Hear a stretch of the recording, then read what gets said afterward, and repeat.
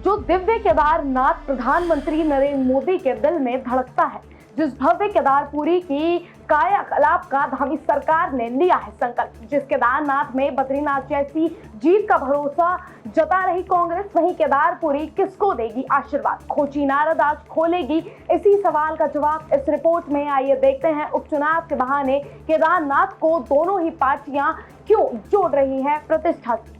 केदारनाथ विधानसभा के लिए होने वाले उपचुनाव में कांग्रेस से पूर्व विधायक मनोज रावत और बीजेपी से पूर्व विधायक आशा नौटियाल ने आज पर्चा भर दिया।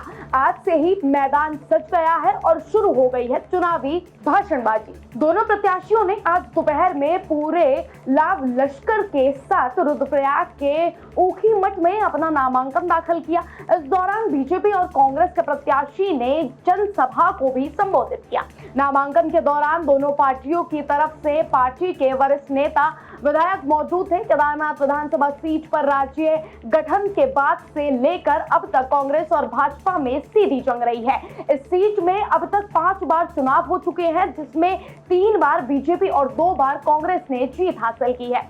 बीजेपी प्रत्याशी पूर्व विधायक आशा नौटियाल साल 2002 और साल 2007 में लगातार इस सीट पर चुनाव जीत चुकी हैं, लेकिन साल 2017 में टिकट नहीं मिलने की वजह से आशा नौटियाल निर्दलीय तौर पर मैदान में उतरी थी, लेकिन चुनाव नहीं जीत पाई थी।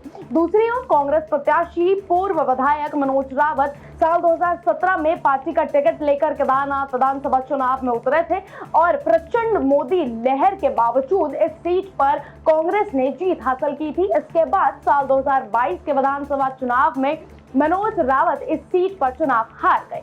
उत्तराखंड की केदारनाथ विधानसभा सीट पर 20 नवंबर को उपचुनाव होंगे। उपचुनाव के परिणाम 23 नवंबर को आएंगे। केदारनाथ विधानसभा सीट पर 90,000 के करीब मतदाता इस बार अपने मत का प्रयोग करेंगे। केदारनाथ सीट पर जाति समीकरण की बात करें तो सबसे ज्यादा 54,000 के करीब राजपूत मतदाता है, 19,000 के करीब एससी वोटर्स हैं, 16,000 के करीब ब्राह्मण मतदाता हैं, तो वहीं एसटी और ओबीसी वोटर भी है।